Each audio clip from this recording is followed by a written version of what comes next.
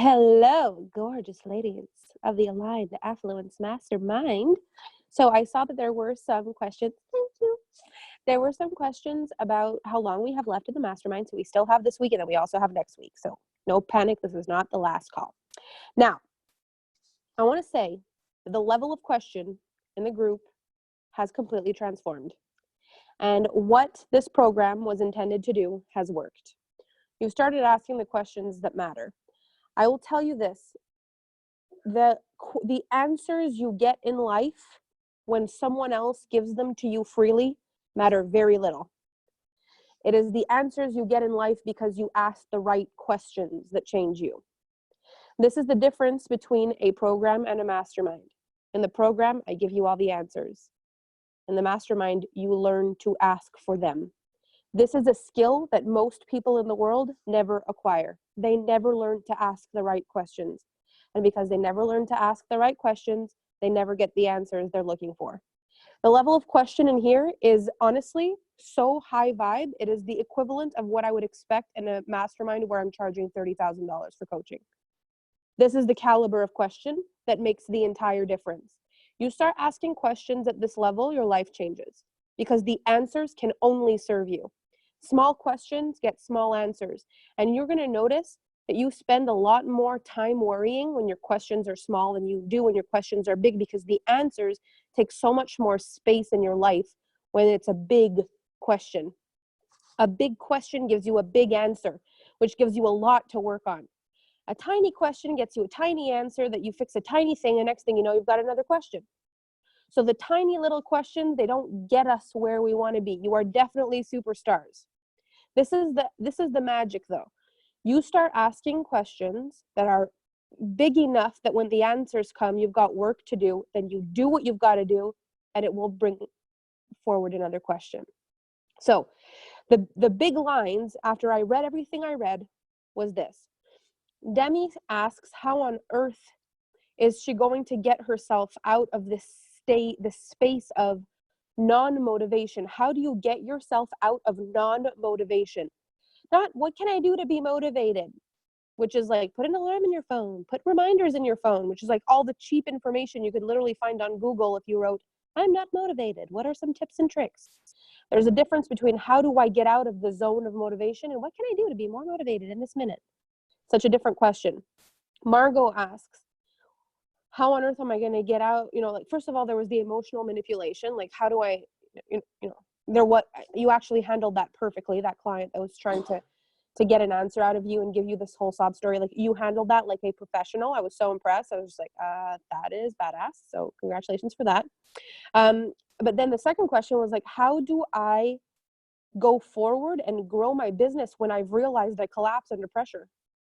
Like, how do I get out from underneath that? Because I collapse under pressure, which means now every time I think of growing, I also fear that I'm not going to do my best, or I'm going to do my best and still collapse under pressure and I'm going to disappoint people. What if I'm not there yet? How do I navigate that?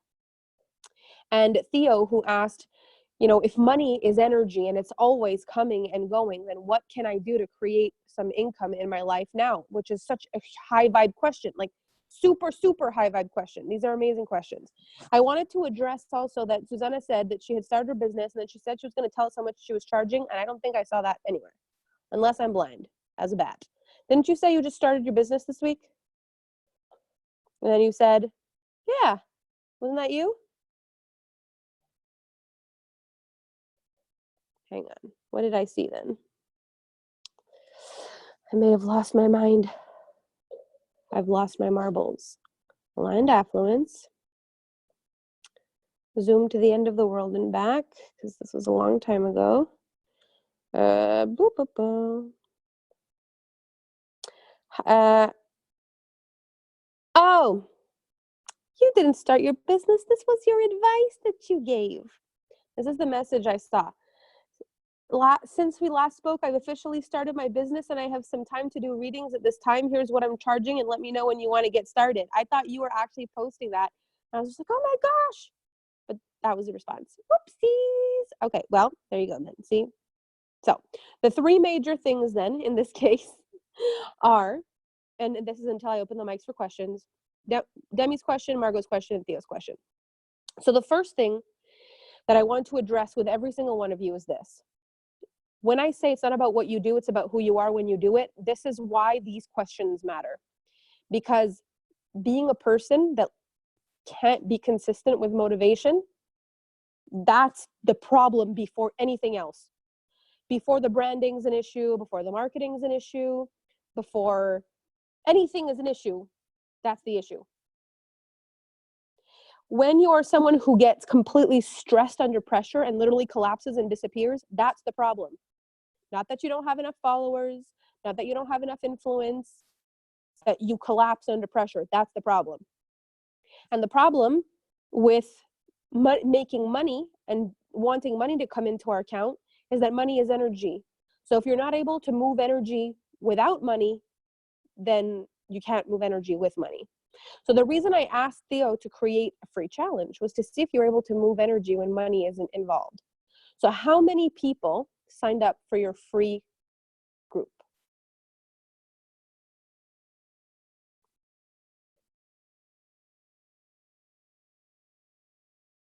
Let's see if I can. Okay, oh, there we go. Can you hear me? Yeah. I'm in a coffee shop again. So far I have 20 new members in my community. And I wasn't really requiring everybody to sign up there. The big push will be before the 26th because I'm going to do the celebration in the community, not on my personal page. And then I've had a lot of regulars, a lot of cool people on the call here. And then also I've probably gotten about 30 new people that weren't really watching my other videos, or at least that I knew about. And those are just not the ones that commented, but the ones that viewed it, because I've been looking at the drop down. Perfect. So tell me, how many people are in the group now? 20? Yes. So on the 20, brand new. Mm-hmm. Perfect. So apart from the 20, how many of them are not, inside the 20, how many of them are not in our mastermind?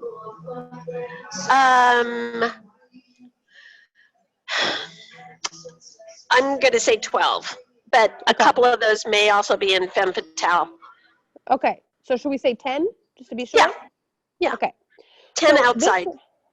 10 outside of the network of people who know you as a friend. Yes. So this means your level of impact and influence right now with the current network that you have is 10.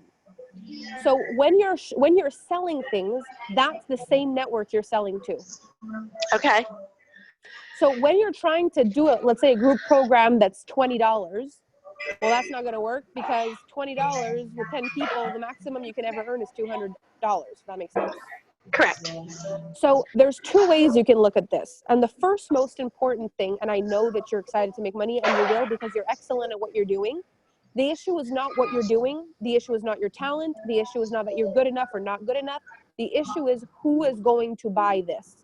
And what's been missing, and I'm sure that these 10 people have become a lot more solid since you've been doing your days of showing yourself online, since you've been showing more of Theo, since you've been doing your Facebook Lives. So you showing up this way is giving you more eyes and more people who listen to you and who really show up for you. But that is the pool of people that needs to expand. Right. And it really needs to expand because if not, the only option we have is higher level offers. Okay, so how do I continue to keep expanding it? So the network that you have is going to keep expanding with consistency, with your energy, because remember, when you compound a positive force on your current situation, you expand it exponentially in a positive direction. So when you're grateful for what you've got, you love these 10, you show up for them, you do great in your group, you do great in your your free challenge that you're doing, you keep showing up the way you're doing, you're deepening the level of connection you have with the audience that you're building, and you're also increasing the size of the audience. Now, there's other things that you can do, which are more like strategy oriented, which are you can, connect with people who have podcasts and see if you can do a podcast with them. You can go find other groups and go network in the groups. You can run Facebook ads and see if you can get people to come join your group from Facebook ads. So those are things that expedite the process. But if not, it is one relationship at a time. I've built this whole thing. I've got one relationship at a time. Well, and I've not, I have been expanding in other groups and marketing in the ones that I can, but also just posting. I have some that I just put posts in. Mm-hmm. And I have to say in the last, I'm going to say the last week, I've probably gotten 50 new friend requests. And not all of them are from our group. Good. They're actually some from other groups that I'm a part of that I've been posting in. So, because you can see who the mutual friends are and everything. Yes. So I think I'm expanding my reach. The other piece that I was going to do after the celebration giveaway concept on the 26th was I was going to do like a 5-day real quick kind of end of the year challenge that's a little bit more of a challenge focus. And I really want to start a program, and market it for January to start. Perfect. But my question is, so I've been doing a lot of Facebook Lives, and I noticed that some other people do a lot of posts. Is there a balance? Is it a mix? Is it just really what feels good to me? Or because I think some people watch videos and I think some people do read content.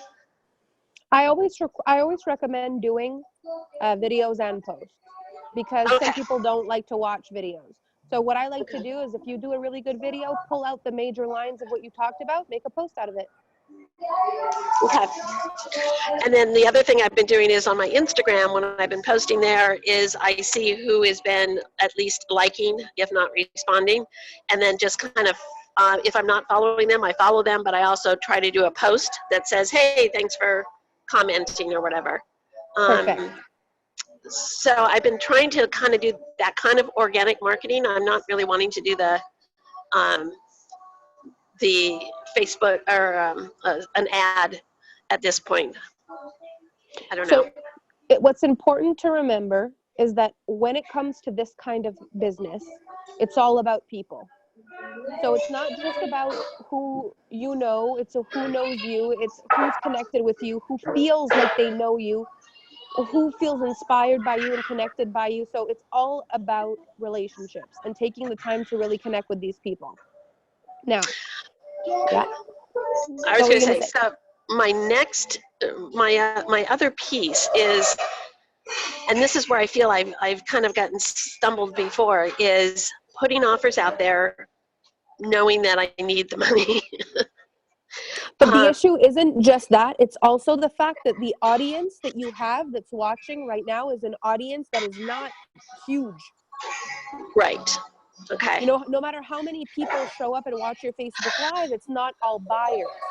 So it's important to grow the audience, but the Theo that you are now is going to grow your audience at a speed the Theo you were before could not. Okay.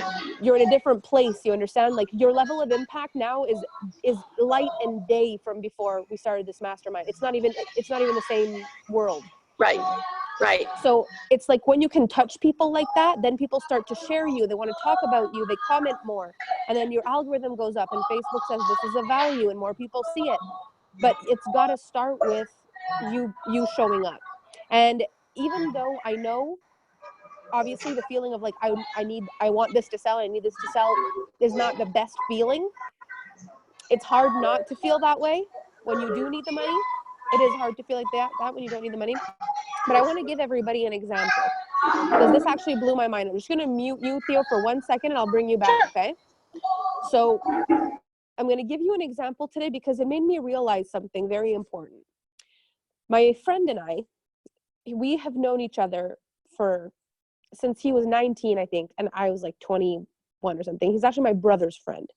And we were introduced to each other because I was doing a network marketing company. And, he was said to be influential and really smart. My brother said, you should speak to him. So I spoke to him He was a bit of a challenge, but I ended up inspiring him to come join this network marketing company with me. And we just hit it off. We became friends, and we have been friends for years. And we've done a lot of, personal development together. We've always had so many amazing ideas for all kinds of projects together. He's a really important person in my life. So he talks to me earlier today, and he's like, you know what? I found this company. There's franchises available. I know you've been looking for stuff to invest in. Would you be interested in investing in this thing with me?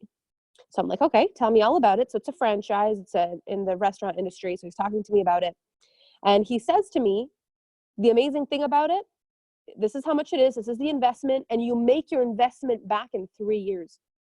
So instead of it being 5 years, like a normal, really good restaurant, we're talking 3 years, which is huge in the restaurant industry. And it hits me so hard that I have not heard a person speak intelligently like that about business in a very long time. I get coaches in my inbox who want to know if they can make their money back next week. And this guy's excited to tell me that it's a 3-year money back. This means there are people who work in the restaurant business. They open a restaurant, and for the first 5 years, they worked every day to open this restaurant, and not one penny of positive cash flow enters their bank account. And they don't think they're not good enough, and they don't worry about their bills. They don't go into a negative spiral about how their business is shit and how their restaurant's going to burn to the ground and how they shouldn't have done this in the first place. They're building a business. But people are trying to build coaching businesses like they're houses of cards. Like you can just build it in a second, like it's just there. And you're just afraid that one blow is going to destroy the whole thing. When you build it so fragile, then you fear it'll break always. So I know how excited you are to make money, and I know how stressful it is that the money isn't coming in right now. But what you've got to understand is that businesses don't always turn into positive cash flow right away. They don't always turn over a profit right away. The coaching industry is amazing because it's possible to do it sooner because you don't owe $1 million on a restaurant before you even get started. But what it took you to be here, whatever education it took you in your life to realize that you are not a conventional person, whether it was university, whether it was a marriage that cost you a divorce, whatever you paid, you learned. If you're an entrepreneur right now, every penny of debt you have represents every blood, sweat, and tear it took you to come to this point. Your education is your business. You're going to pay this off, but if you worry the way you're worrying, that's not entrepreneurship. People who build viable businesses understand you've got to start with a deficit a lot of the times. And that means nothing about you or your business. So you will build this and they will come, but you have got to show up like an entrepreneur and not a person who's created something that needs people to buy it so it doesn't crumble, because it won't. You're building something real, something viable. You're building a network, and it will work, but not when you're coming from that place. Does that make sense? I know it's not exactly the answer you want, but let me just unmute you so we can chat. But it's an important thing I had to say. So go ahead. No, and I totally get that. And it's like I don't stay in that mindset anymore, but it pops in every now and then. And I think part of when you were just talking and telling your story, for me, having people purchase the program, whatever the dollar amount is, right now isn't necessarily the key piece. It's just the validation that I've got something and I've got people to work with, and sort of that people like me kind of thing. And it would then, it's like I almost just need that to move forward. I need that validation or that motivation to grow from there. Does that make sense? It makes loads of sense, and I'm so glad you said that, and that's probably the problem. Okay. So what's happening is they can't be the reason you're motivated or validated. Oh, okay. They get motivated and validated when you know for sure that what you're doing is legit, not the other way around. And you're not the only person that feels this, I guarantee it. And a lot of us think this, if I could just get one person to say, like, I love this, then I at least said, no, I'm on the right track. But the bottom line is, you're missing the point that there's so many people who love what you're doing. Because or else they wouldn't take time out of their life to get on and watch you. Okay. It's different to pay someone. It's different to pay someone than it is to watch someone, because the level of trust required is a little more. I've had people that it took a year of them watching me before they ever paid me. A whole year. And what does it mean? Nothing. People buy Yeah. when they want to buy. But the fact that they're watching, the fact that your views are increasing, the fact that your friend requests are increasing, that means good things. Okay. Margot says, I watched Melanie for 6 months before I bought. So imagine if all I had was 10 people that were following me and Margot was one of them. I could imagine for 6 months that I'm not good enough. She's like, and then I bought 4 programs.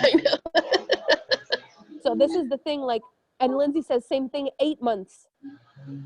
But the difference is, when you don't worry that people are going to take time, you get to show up like time is not part of the problem. If you realize this is a business, it's not going anywhere, and you're going to keep building relationships your entire life, you can be as strong in your conviction that you're meant for this on day 1 as you are on day 700. And it doesn't matter if no one's bought yet, because apple trees take longer to grow than carrots. And what you're trying to build is something big right now. So the other thought I had is putting out different authors, and then like what if I did a package for year end of 3 consultation calls at X number of dollars, and then also did a program, and that didn't work, and tried something else. Should I just give up the fact that might look like I'm all over the board? Yes, let that go completely. Nobody cares, Okay. and nobody notices that either. Okay, and if I keep hearing your words of taking people on my journey.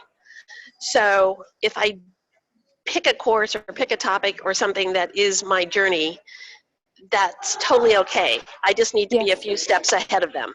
Exactly. Okay. Okay. Exactly. Thank you, Well, Theo. Thanks for the idea about the favorite things. It was all because of you. I don't even know how I said that, but I'm very happy. But you looked at my Facebook page while we were on the call last week, and you went, well, your Facebook page says nothing personal about you. And on my drive home, I thought, shit, she's right. And it's like, how do I do personal? And that's how it happened. And then you found it. That's amazing. Thank you. That is perfect. You're welcome. So this basically comes back, like, no matter how many questions we get in our mind and how many fears that kick in, the bottom line always comes back to, can I be strong in my conviction regardless of circumstances, regardless of someone else giving me validation, regardless of someone else buying, regardless of someone else, whatever it is. And the bottom line is, nobody knows who bought from you or not. Nobody knows. You launched a program, then you closed a program. I launched Calibrate, 2 days later it was closed. Nobody knows if I really sold them. Nobody knows who's the participants are. And although I have thousands of people on my list, or on my Facebook page, I guarantee you, if they were polled and someone said, who runs Calibrate Mastermind, 10 people would say Melanie Layer. Everyone else would be like, I've heard of that, but I have no idea. People don't really care unless they really care. So don't worry about, they saw me sell this and now they're seeing me sell that. I just sold Femme Fatale, Exponential Wealth, Quantum Prosperity, Calibrate, and I'm about to launch Resolution Revolution. And the last thing I care about is if people think I launch too much, because other people think I don't launch enough. I've done all your programs. What's the next thing? I love it. So you don't worry about that stuff. And then she's like, oh my God, I did them all. I love it. And it's the same thing for me. And now my problem's a different problem. Like, what am I going to build next year? I want to build more things. Or else the people that I love the most who have grown, like, what am I going to do? Lindsay, I need a punch card. Oh my God, when you do all cling, cling, cling, cling, cling, cling, cling, you get a free. That is an excellent idea. I'm going to get myself working on that. There's got to be something about that. I've definitely got to do something when someone does all my programs, like some sort of something. Lindsay, yes, that has to happen. That is a brilliant idea. Plus, you're in Calibrate now. You literally will have done everything. Oh, they give me chills. I'm so excited. Yes, yes, yes, yes. Okay. the breath. Okay, so that is for Theo. Now, Margot, Michelle has a punch card for her customers. I love it. I love it. I love it. So now, Margot, now here's the thing. When we crack under pressure, there's two reasons. Number one, we've never been in an environment where we have watched people be graceful under pressure, which means everyone we've ever seen have pressure in our life has handled it poorly. We haven't had evidence of fabulous pressure handling. And an example that I was listening to actually today in a personal development course that I'm taking online is, you guys know the story about the 4-minute mile, how this happened? So there was two men, and I can't even remember their name. I literally just listened to this today and I was like, that is really freaking epic. Two men trying to run the 4-minute mile. One on one side of the world, one on the other side. One was like in Australia or something, and the other one was in America or something like that. On the other side of the world, trying for months, nonstop, to run this 4-minute mile. Neither one of them able to hit it. All of a sudden, and they're listening to each other on the radio. There isn't even TV yet. Like, they don't even know how to track each other. It's not like they're watching each other on Facebook and creeping each other or something. First guy he runs in less than 4 minutes. And then all the reporters, the video teams, the news, everybody decided that for the next run of this new other guy, the guy that was also running for the 4-minute mile, they were all going to be there because it was definite, without a shadow of a doubt, that because this guy had hit it, now he would. Because once something's been done, it changes the dynamic. Now there are, and he did run a 4-minute mile right after the other guy hit it. And now so many people have run a 4-minute mile, it's not even like, because people have done it. The minute it becomes possible, it's possible. You've got to be surrounded by people who do it. So being in our environment, you're watching a lot of people do things. You're watching some people handle pressure good. Some people handle pressure not so good. But one of the things is, who do you calibrate with in life? Because calibration is like, you match the highest energy. If the highest energy is frantic and crazy and stressed, you will match that energy. And I know that right now you're in a relationship with a very frantic, chaotic man who also doesn't handle pressure very well, who snaps and gets angry. That also doesn't help. So what do you need to do in your life to get yourself in a place where when pressure arises, you can work on Margot? Because there's nothing wrong with cracking under pressure unless you don't do anything about it and you make it mean something bad that you crack under pressure, and you start compounding emotions about cracking under pressure and feel guilty and ashamed and sad and mad and upset about the fact that you crack under pressure. The next thing you know, you're stuck and you can't come out of it. So I crack under pressure. I have found this about me. You're realistic about the issue. So what works for me? When do I strive? When am I the best? In this situation, this situation, this situation. When do I crack? When this happens, when this happens, when this happens. What do I need to do differently? What's the support that I need? Who around me makes it better? Who around me makes it worse? But not making it this definite, Margot cracks under pressure, there's nothing she can do about it, and that's the end of the story, the end, because it's not. One day you'll look back and you'll tell the story about how you used to crack under pressure, and you'll inspire a whole bunch of people come out of that, and you will. Because there is no other side of the story without the story itself. So this is just a period of time, a space and time where you crack under pressure. How kind can you be with yourself as you transition out of that? Understanding that the models that you've had were conducive to you learning that exact behavior, and that it doesn't mean anything about you, and that you can change it. So where do you feel the most relaxed in your life? What do you do that makes you feel relaxed?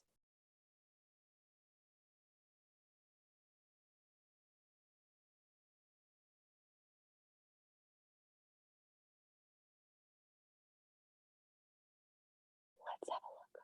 Walks in nature with your dogs. Perfect. And what are the things that make you crack under pressure? What are the things you've noticed when it's time to do this? You're like, under pressure. Do, do, do, do.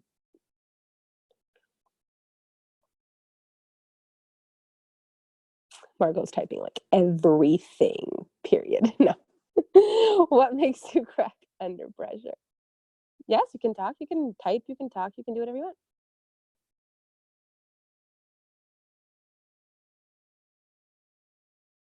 Oh, I didn't know I could There she unmute. is.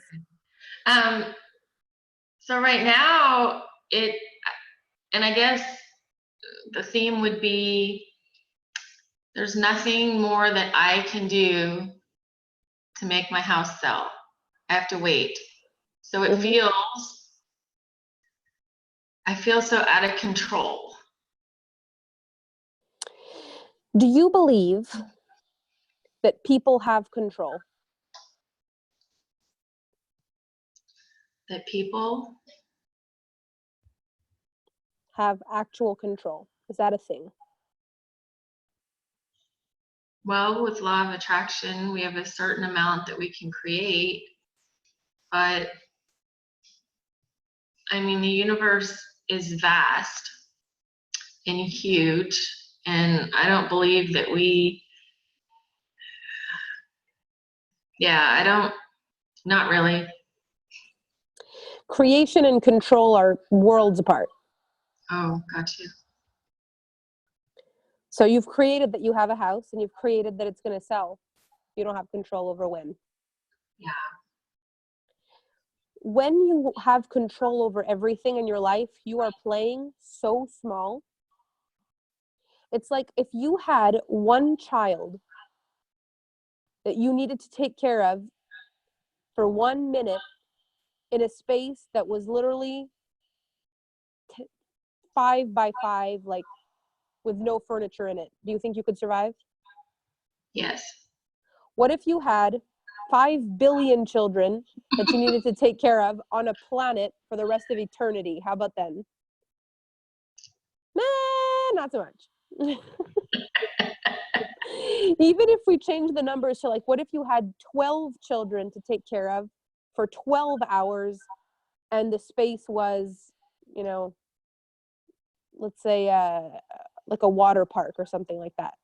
And you had to take care of all 12 children during 12 hours through this entire water park. Do you think you'd feel a little pressure? I think I'd probably lose it. You'd probably lose it. So the only times we're actually in control is when things are very small. When you Gotcha. decide you want to be a leader, when you decide that you want to do big things, you got to realize control is not part of the prerequisites. That's not part of the thing. If I wanted to control my clients, I would be in a corner with my nose against the wall crying 20 hours a day.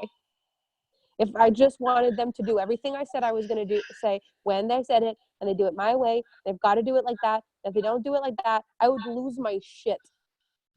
Literally, like, they spend thousands of dollars hiring me. They ask me what to do. I tell them, and then they don't do it. And I'm like, and then they come to me, well, I know what you said, but I didn't do that. I did this instead, and it didn't work. So what do you think? I think go do what I just said.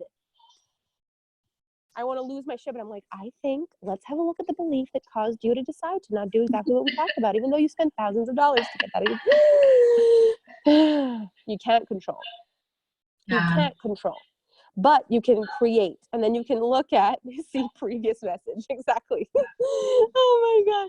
Like, you can't do that. You've got to decide for yourself, like, I can't control, but I do create. How did I create this? How do I co-create that? And you can kind of work with the energy around it, but you will never control. So right now you have a house, which is an amazing thing. And you have a realtor, which is an amazing thing. And there is in the world a whole bunch of people looking for houses. And there's in your neighborhood a whole bunch of people looking for houses. And then there's also a price that you would like to get. So all you're waiting for is an energetic match. You can't control that. If I could control energetic matches, I would make you all millionaires with the sexiest men on the face of the planet right now. It would be like 1, 2, 3, boom. But I can't. The energetic match needs to show up. And there's someone in the world that's like, I want this house, I want it to look like that, and this is my budget. They just need to find your place.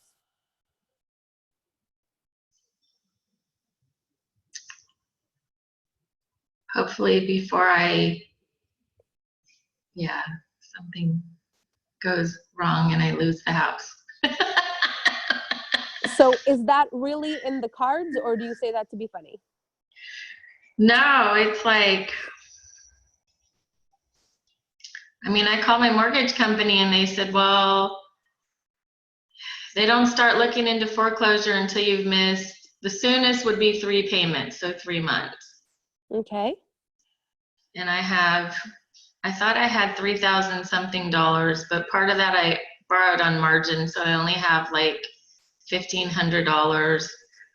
I can't control when I'm getting my tax refund. I'm supposed to get $2,700. Where the F is my effing?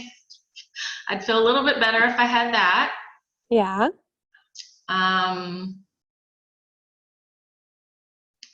So I already sold my car because it had problems and somebody wanted to buy it, and I thought surely that's going to speed up helping me sell my house.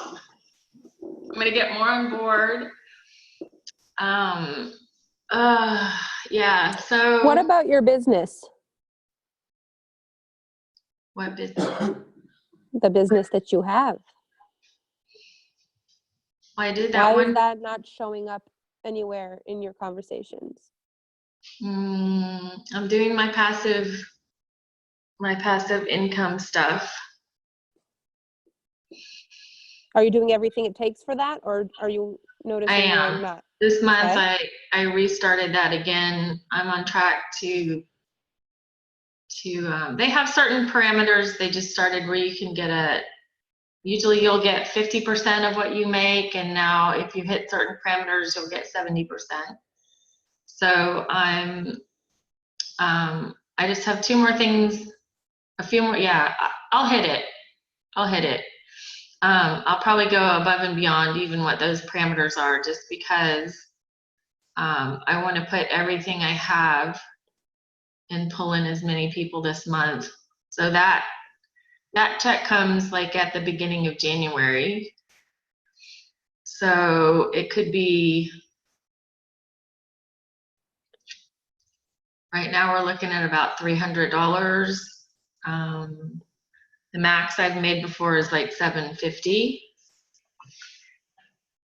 So it what's helps. happening right now is you are completely attached to how this is going to work. You're attached to how it's going to work with the car, how it's going to work with the house, how it's going to work with the passive income, how it's going to work, and that's not going to work. So your energy is frantically trying to sell the house and frantically trying to be able to make enough money to pay for the house so that you don't lose the house. That is not the vibes of money. That is the vibe of not losing, which is very far from the vibe of winning. So if your house sold, what would you be doing to make money? Because you'd still have to be working. You wouldn't just live off the house savings. I would launch my brand. Hello? But Did I'm you at hear you put my in work? energy That's is exactly crap. right. Do that now. If my energy's crap though, if I launch it now, it's gonna be crap because Yeah, but your I feel like my energy, energy's, huh? okay, now we're getting at it. Your energy cannot be contingent on a circumstance. Do you remember my engagement story with Kevin? When he said, if you can say yes to me now, we can make it through anything. I don't remember that part. The whole thing is it's easy to say yes when it's easy. It's easy to be high vibe when it's easy. If you're only high vibe when it's easy, this is not real.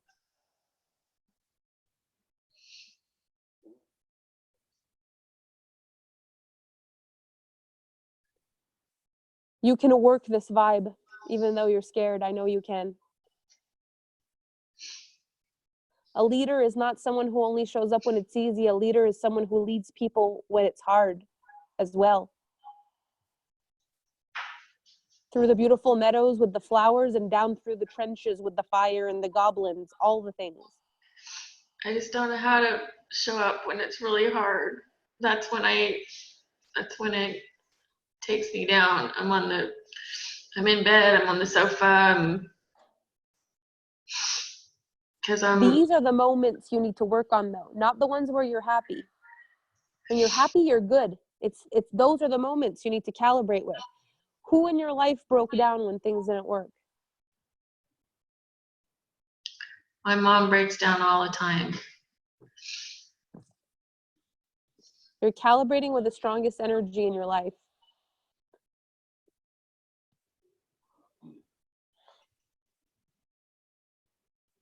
So what else can I do when things are hard?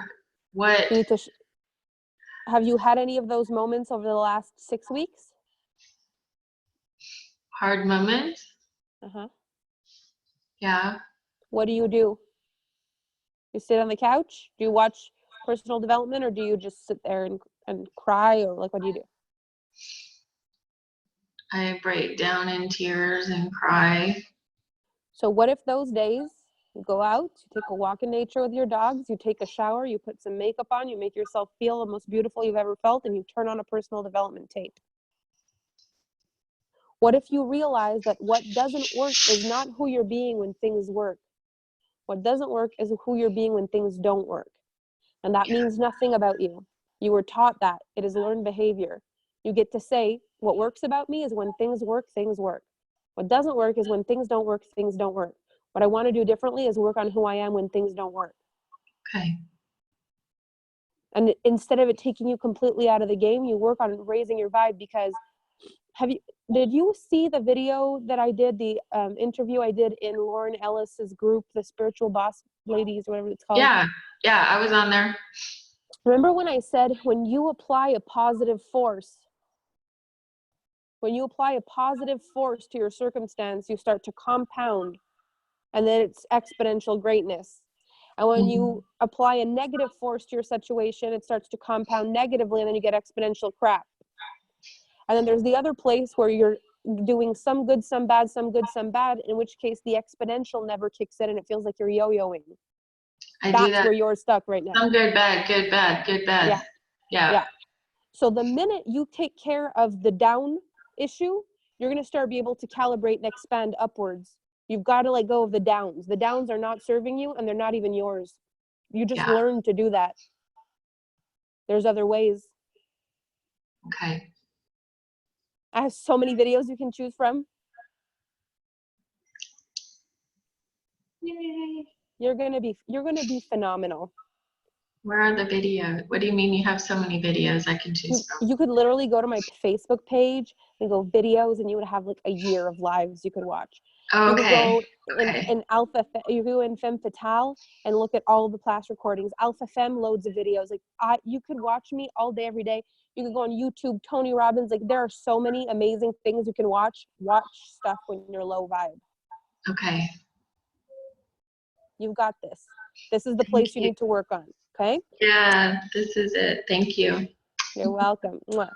Ladies, this is such a big, big, big important part of this entire thing.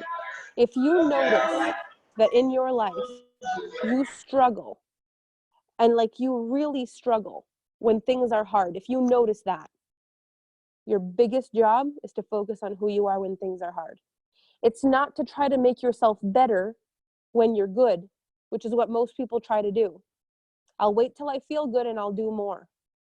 When I feel good, I'll do more. That's not how you heal the problem. Because compound only works with consistency over time. So it's more important to heal the breakdowns than to be better in the good days. Because even if you're amazing on the good days, if you're crap on the bad days, you're still yo-yoing, and the exponential never kicks in. So it's about finding your ability to stay above the line, so you're not going up and down and up and down and up and down. That's the magic. And I know if Demi is listening to this, Demi, this is the missing link. So you're motivated sometimes. You've written posts on social media that have gotten so many likes. They're so well written. One of your most recent ones about you can make $100,000 a year however you want. It got so many likes on your personal page, and you reposted it in other groups and it got loads of likes there. That is an excellent post. That came from you. You're able to create amazing things when you're in the mood. It's just that when you're not in the mood, it plummets. So you're not kicking into exponential. You're just yo-yoing. Sometimes it's good, sometimes it's not. Money comes in, money doesn't. It's just up and down, in and out, not consistent. The reason consistency matters is it's because compounded only kicks in with consistency over time. It's the only way.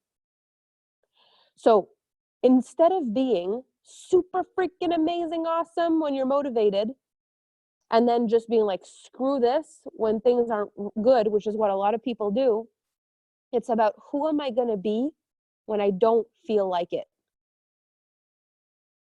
Right now, in this moment, when I don't feel like it, who am I going to be now? Because that is what matters the most. When you don't feel like it. It's not about being more motivated when you're motivated. It's not even about going from I don't feel like it to motivation. What's one level above I don't feel like it? What's one level above I'm sitting on my couch doing nothing and I'm crying? What's one level above that? What's one level above completely disconnecting and not doing it? Margot says, we're thinking of staying at mom's house all next week so I don't have to deal with house showings. The house will be perfect and the realtor can let people in and out. That would be a relief. That's a great idea. That's a great idea. Who, and you know, if you're cracking under pressure, and it's for other things, because if this is one of the reasons that you would crack under pressure, maybe when you have a successful business, you're going to crack under pressure. You'll get an assistant. Like, we have behavior that's our behavior. How can we get help supporting the things that don't work? Because we're not meant to just everything work. Sometimes we need help. I have alpha communicated this week, not disappearing on people. That was a level up. So can you be so proud of yourself that you did that? Because I'm sure disappearing and then feeling guilty about that spirals you even deeper into hell. If I were to be able to monitor your emotional scale, probably this week, just by not disappearing, you didn't compound into the next level of guilt. It didn't happen. So it was less of an emotional strain. What are our habits? What are the things we do that cause another chain reaction of bad and another chain reaction of bad? So if I don't feel like it and then I sabotage myself and now I'm overwhelmed, like I don't feel like doing it, so I'm not going to respond to 5 messages. The next thing I know, I've got 20. Now I'm overwhelmed. You know, now I'm frustrated. Now I'm not cut out for this. Now blah, blah, blah, blah, blah, blah, compound. So what is one level above? And a really good book for this is The Law of Attraction or the Attractor Factor. I can't remember exactly what it's called, but it's a, what are they called? Jerry Nestor Hicks, Abraham Hicks, the Law of Attraction book. That is what I was listening to when I lost everything and I was living in my car. They were talking about the emotional scale and about gratitude and how gratitude really brings you back.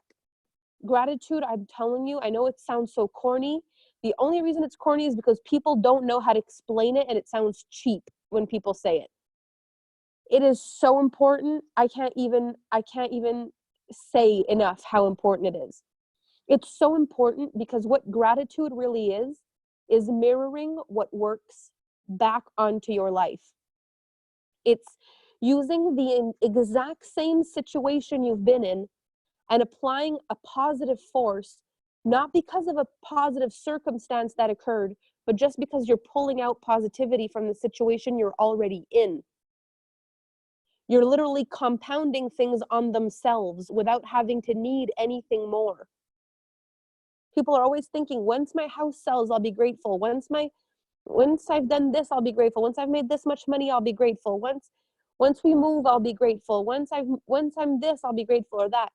What do I have right now that I can apply a positive force on? What do I have right now that I could literally go, what I've got right now has something beautiful. I'm going to shine the light of the thing that's beautiful from the thing on the thing. You begin to compound right away with what you've got without needing anything more. It's the most powerful force on earth. And when we're out of it and we're focusing on what's not working, we're doing the whole wrong thing. And we feel it immediately. So can you be grateful and really feel it for whatever it is that's there? Charity made it. Leo says, I've been constantly saying all day, everywhere, what I'm grateful for. I say it out loud when I'm driving. As I look around, it also helps me focus on the now and not the future. I love that. And Nikki also made an amazing gratitude post. I listened to the voice memo too. One day she was feeling so grateful. She's super pregnant. And she was like, I'm going to take the stairs just because so many people can't. And I'm so grateful for my legs. And I'm so grateful I can take the stairs. Like, it starts with something.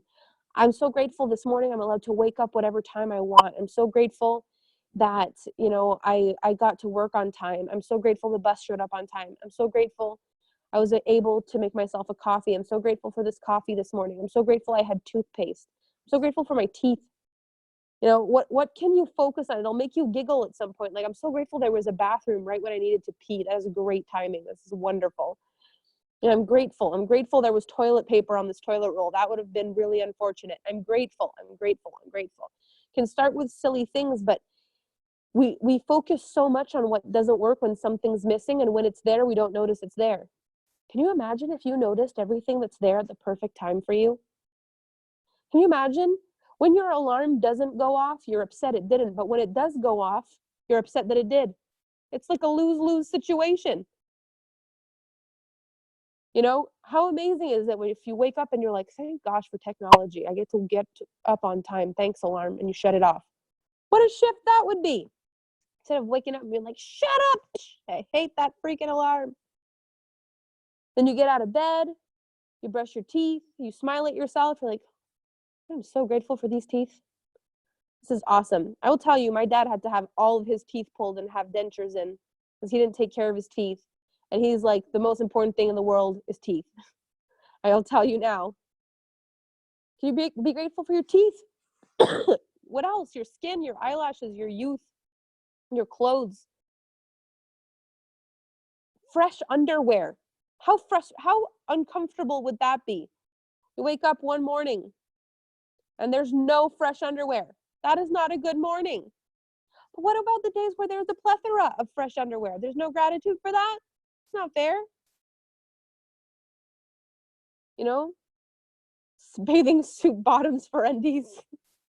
You know, and then you're grateful for the bathing suit bottoms. But then what if you run out of those? You know, that's a nightmare. What can you be grateful for? Because everything that works is working. And yeah, a couple of things don't work. But if you really look at how much worked, you woke up on time, your alarm went off as it needed, you had enough toothpaste, your toothbrush was good enough to brush your teeth, you still have all your teeth, your hair is on your head, you know, you washed your face, your skin is beautiful, you got dressed this morning, you had clothes, you had fresh underwear, you needed to pee and there was a toilet right there, perfect timing, there was toilet roll available as you needed it. You left exactly at the right time to get into your car. There was enough time for gas. You had money for gas. You made it to work. There was a parking spot. You didn't damage your car. You went into work, the job, the place that pays you. You did what you had to do. You know how to do your job. You didn't have a panic attack because you didn't know what to do. You did your job. You left your office to go home to your home because you have a home. Maybe you even got into a car. If not, you got on a bus. The bus showed up at the right time. You had money to pay for the bus. And then you got home and then there was food and you ate something and you sat on a couch because you've got furniture. Like this is a good day. You turned the water on. It was warm. You had a shower. You smell nice. Listen, this is winning. But what didn't work? Well, only 7 people showed up live on your Facebook Live. Or only 7 people watched it, full stop, 7 views on your Facebook Live. Oh, my whole day's ruined. I said I was going to do a YouTube video and then I didn't. Oh, my whole day's ruined. How easy is it to kick you out when everything worked and one thing didn't? It's not about who we are when it works. That is easy. It's who we are when it doesn't work. And I will tell you, this is one of the biggest issues on the planet because people think that things will change their circumstances and they don't. It will not change your circumstances to be immediately famous. It will not change your circumstances to be immediately rich.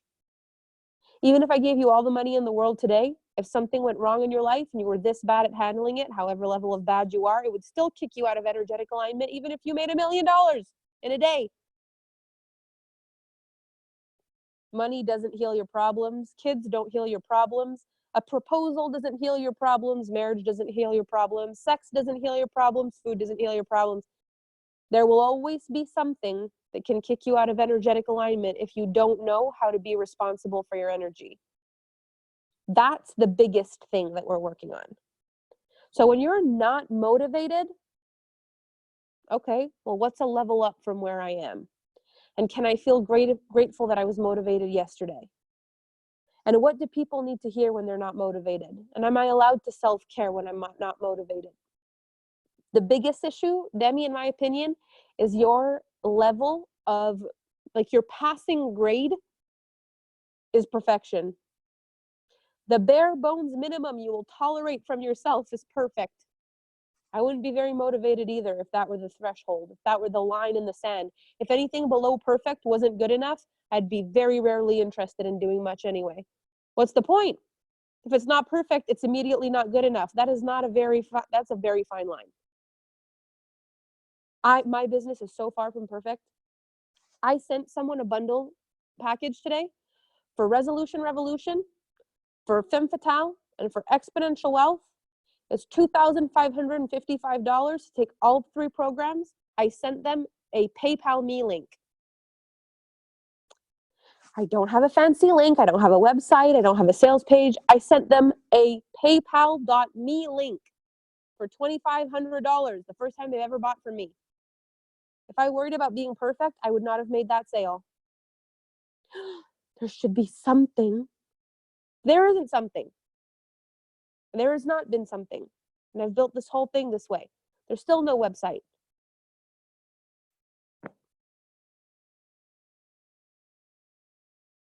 It's not perfect. I've made posts that have crickets. I've done lives that don't have people join. I've launched programs that have flopped. If everything's perfect, then nothing has any value. It's in the ebb and flow of life, in that worked, that not so much. Hey, this was not so bad.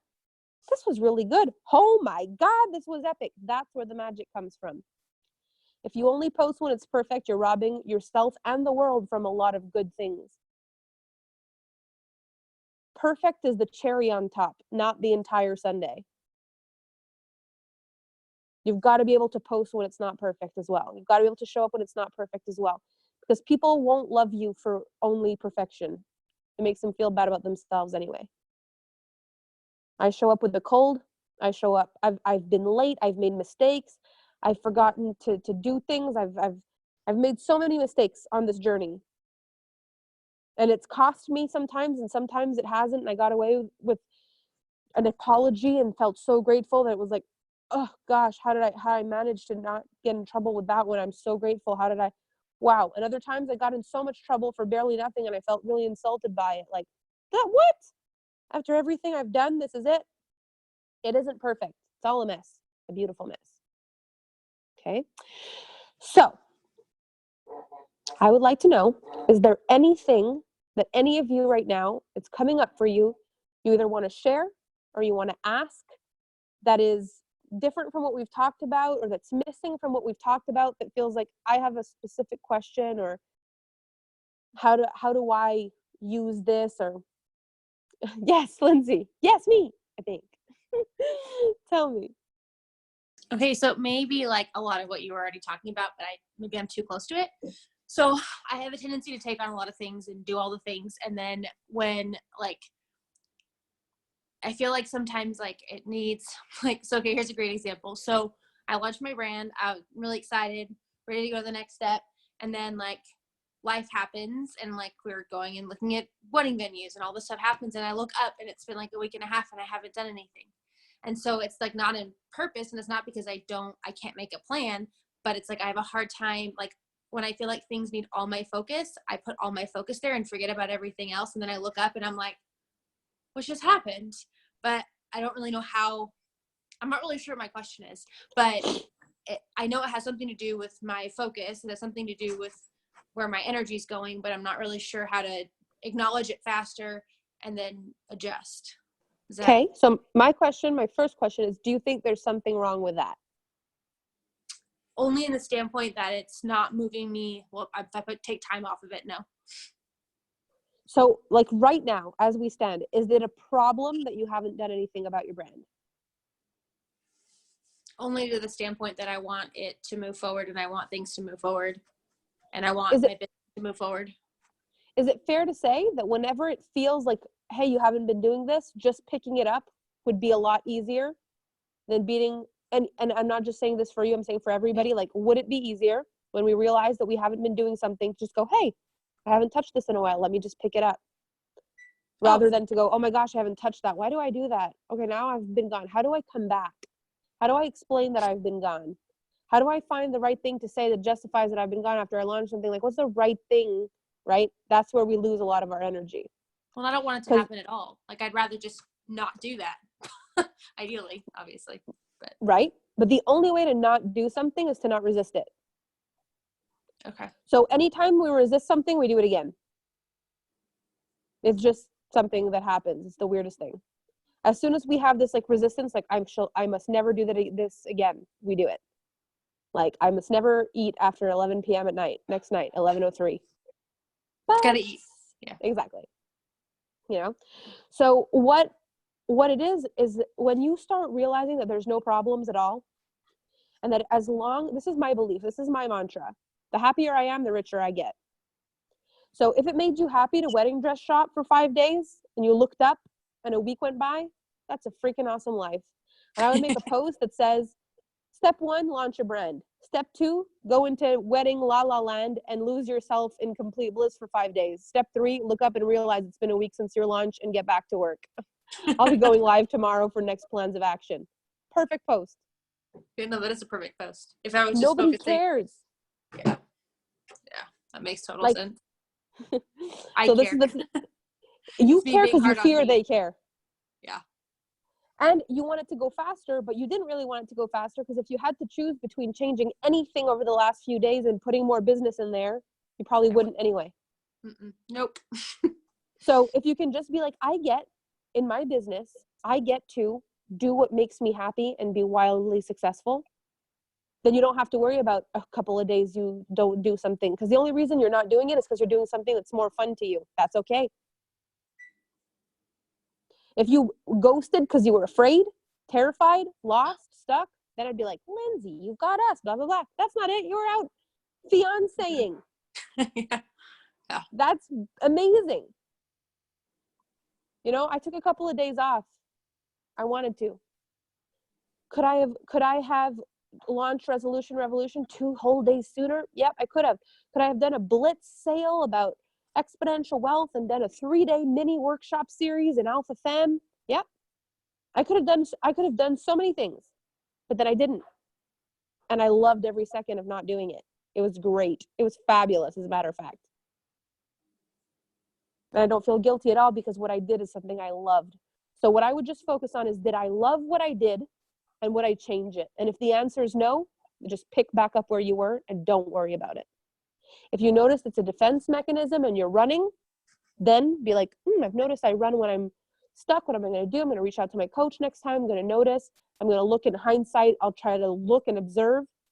If everything's happy, no problem. If something is a block, I look at it, and just the awareness will show you sooner next time. Just a laid back awareness changes so much. It's incredible. I notice and I let go. Okay. It's the pressure that makes us shut down. I have one more question, but I think it might be a low vibe question, so I'm sorry if it is, but I need to ask it. So, and I talked to Nikisha about this a little bit, but when you go to like actually formulate a program, I know you said you started out just doing one-on-one coaching, which I've definitely thought about doing it that way, but I'm just not really sure. I guess I wouldn't say that's not why I didn't work the last 5 days. I truly just was busy. But at this point, like, as far as like moving forward, like, I'm a little stuck is like what the next physical step is. Like, I know I need to do something, and I know I've got things to offer, but I'm not exactly sure like how it all looks. Does that make sense? 100%. So I would say, for me, one of the reasons it was so easy for me to write my programs is because I had done so much one-on-one coaching and I started realizing I was saying the same thing. So imagine I have a call at 9 a.m. with Theo and I have a call with her and I say, the bottom line of what comes out is one thing. And then I got on the phone with you at 10 and somehow I'm saying the same things to you. And then I get on the phone with Caitlin at 11 and somehow I'm saying the same thing again. By noon, I'm like, I could have done one call and everyone would have been happy. What's the point? So after a couple of years of saying the same thing and realizing a trend every day, every person I spoke to would hear some of the same stuff with me. I thought I should really create a program with all this information in it. But it came after repeating and knowing what people need. And it's why I really, really push one-on-one coaching first, because it shows you who you attract, what level of issues they've got. You practice talking about what works. It helped me create all my not my quotes, but my concepts. You know, the prove it concept showed up on a one-on-one call. The what if concept showed up on a one-on-one call.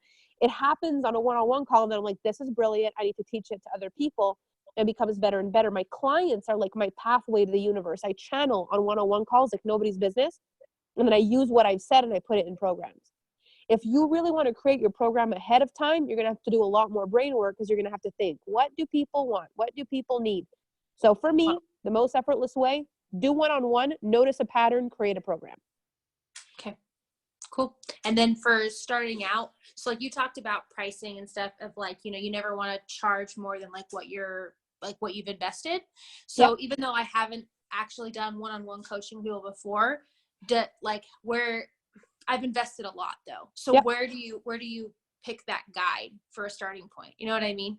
So if you looked, for example, what have you paid for on average for programs that like for monthly? Like how much, if you were to look at how much you spent and split that into 12 months, for example, what would that amount be?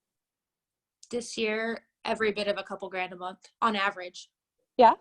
So if you decided to do one-on-one coaching at like $1,000 a month or whatever it is, you'd be able to do that because at every one time you always had a grand or so a month going into your programs.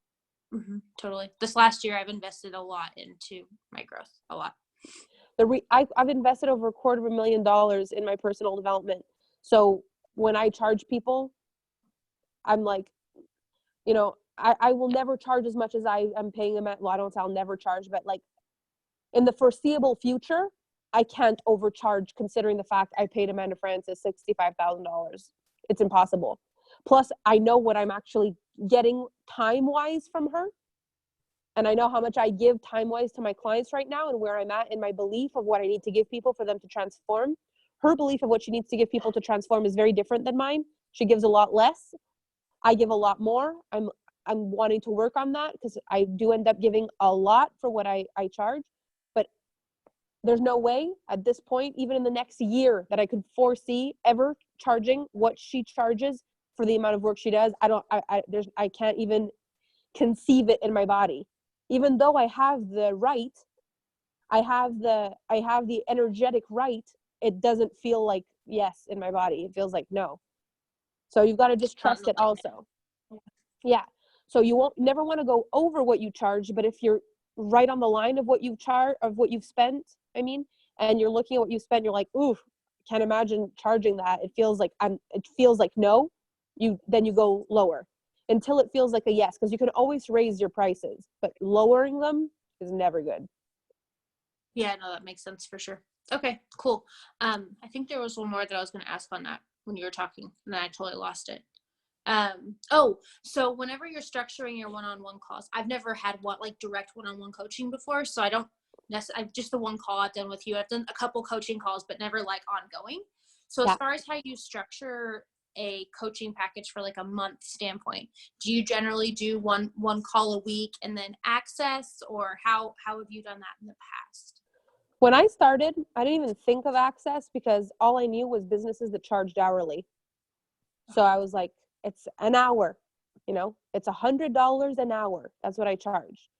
But the more my clients were getting results and the more things were happening, I was noticing they were texting me and I wanted them to. Like, I wanted to know if something great happened. And I also wanted to know if something terrible happened. Like, I cared about my clients. So I started saying, if anything happens between sessions, message me. And then I realized when I started hiring coaches that they were like, you're not allowed to message me between calls.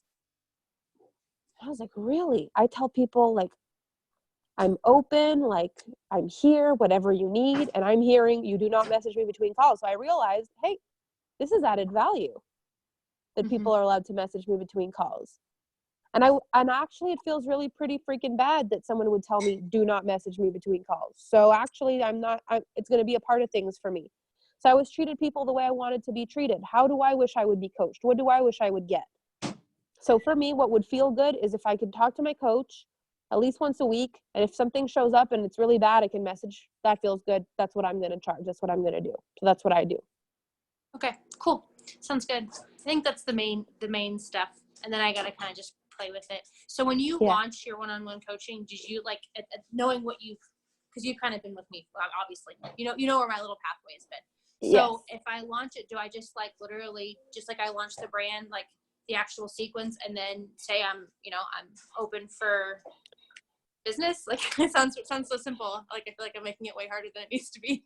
It is a lot more simple when it's just one-on-one coaching. Some things that I did in the past was like make a post that said, I'm taking on X amount of consultations for this month.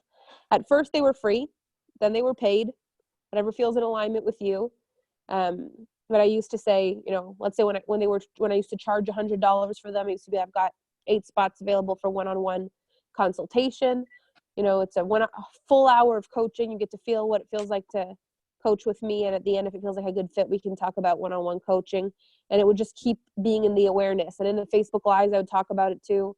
But it was more, one-on-one coaching is less pressure because there's no open and close date. Right. When you launch a program, it's like, you've all got to be on board. The ship's leaving.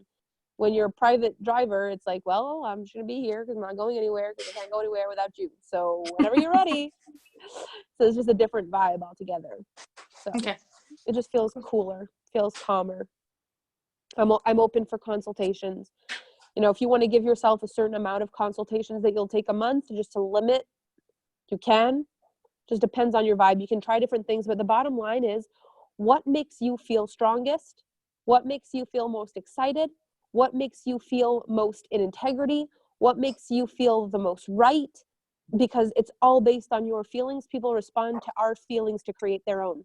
So it's your empowerment, your calm, your desire, your excitement that's going to trigger them, or your need, your desperation, your fear that's going to trigger them. So people feel through our feelings. That's why it's so important to do it the way we want it, because those are the feelings people buy from. Okay. I think I need to play with a little bit more on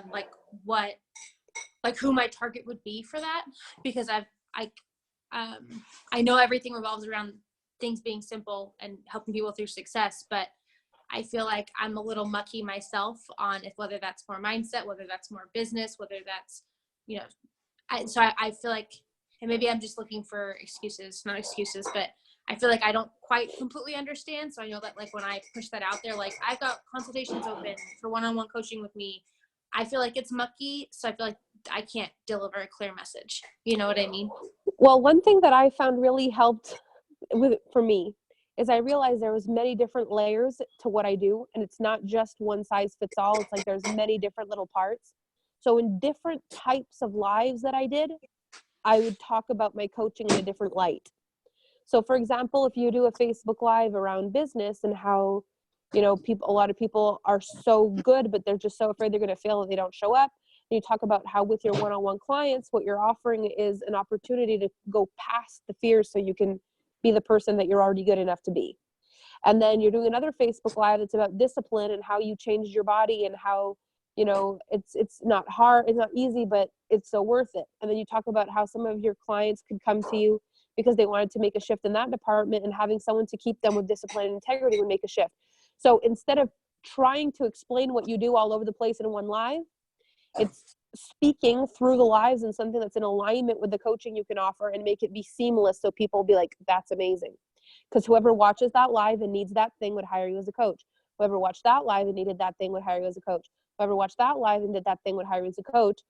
In which case, the most important thing is that your titles are on point with what's in the video so that it attracts the right audience when you do it that way. That's the most important part. And then I'm everybody's coach. And then everybody's a coach. Perfect. Cool. Thank you. I appreciate it. You're welcome. Do we have anyone else that has got an observation, a thought, a question, something on the edge of a question, stress that there should be a question, and then there's no question? You're like, why can't I think of a question when it matters? Oh, does Theo have one? Let me unmute you, Theo. I wrote it in the chat. Hola. Oh. And Lindsay, thank you for all of your questions because I needed to hear those answers.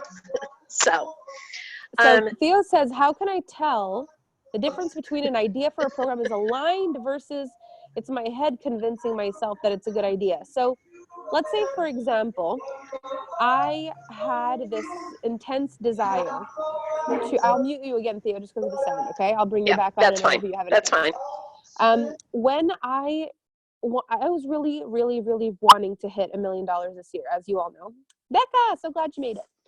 And I was like, I don't think I'll be able to hit my $1 million mark with the programs I have because I don't have other trainings to launch in the dates and times it's not going to work.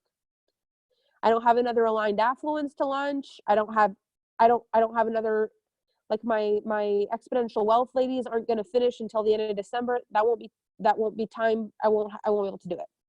So I was like, I have to come up with something else. This was in November. And I had this thought for quantum prosperity. And I was like, it was like a download. It just hit me what the program would be. And I was like, oh my gosh, this is a really good program. Like, I love this program. I want to do it. And I was trying to find the date of when to do it. And it just didn't make sense with any of my movements and any of the things that I was doing. And I was like, I'm going to have to do it in November. And I was like, that doesn't give me a lot of time. And I thought what I could do is do it in the new year. And then I would have a few months to promote it. And I was like, yeah, but no, I have to do it. Like, I need to do it in November. And I was like, should I even, then I started wondering to myself, like, am I only running this program in November because I'm afraid I'm not going to hit my mark? Is that the reason I'm putting so much pressure on it? And at first it wasn't selling at all. People were just not buying the program. And I was like, you know what? It has nothing to do with anything, because even if I sold it in January, I would just have longer and I'd make more money on it on January. So the reason I want to do it earlier is because I'm feeling like I need to do it in January. So I'm going to do it in January. And all of a sudden the sales unblocked and I started selling it, and there ended up being like 30 something participants in it. And it was a 3-hour program, 30 participants. I couldn't even believe it. But I had the thought, am I doing it for another reason? So the biggest thing is you've got to question it. Am I doing this program because I think it's what's going to make money? Or am I doing this program because I want to deliver this program? Because the bottom line is, and this is what I realized for myself, every program you do can become a digital course. If you only have 2 people who buy it, if you only have 1 person who buys it, even if you create it in your brain and no one buys it, you can still do the program and run it yourself, record yourself, create it into a digital course, put it on a platform, and have people buy the replays later. You can do that. So just make sure it's not, am I doing this in order to make money versus am I doing this because I am craving to teach this information? Just check in with you.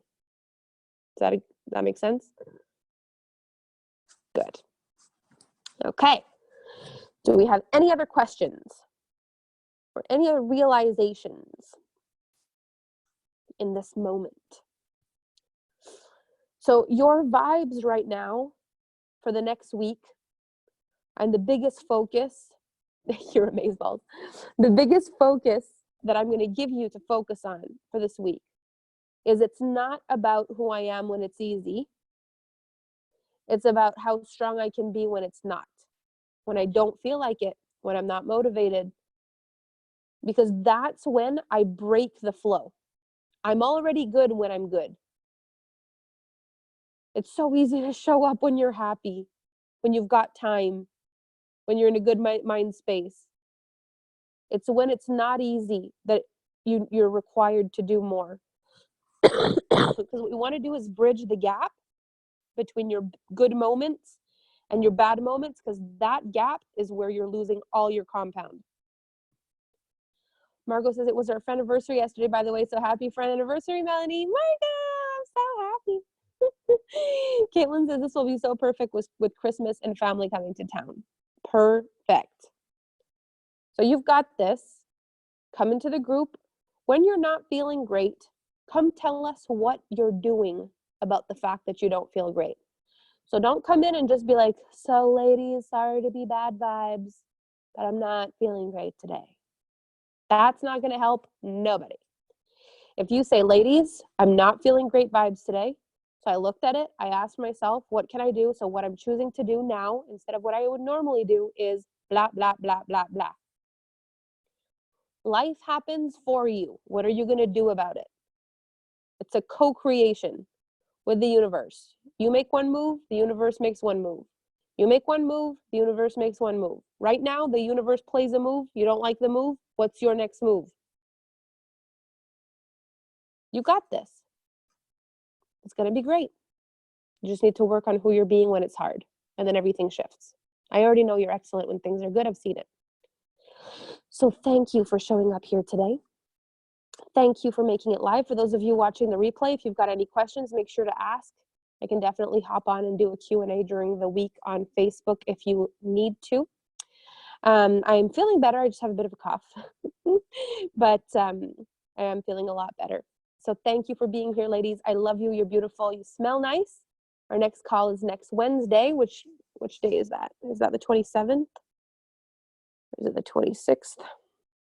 The 26th. Boxing Day. Boxing Day is our last call. Boxing. So I love you so much. You're amazing. And I will see you next week. Bye, gorgeous ladies. Marco, I love you.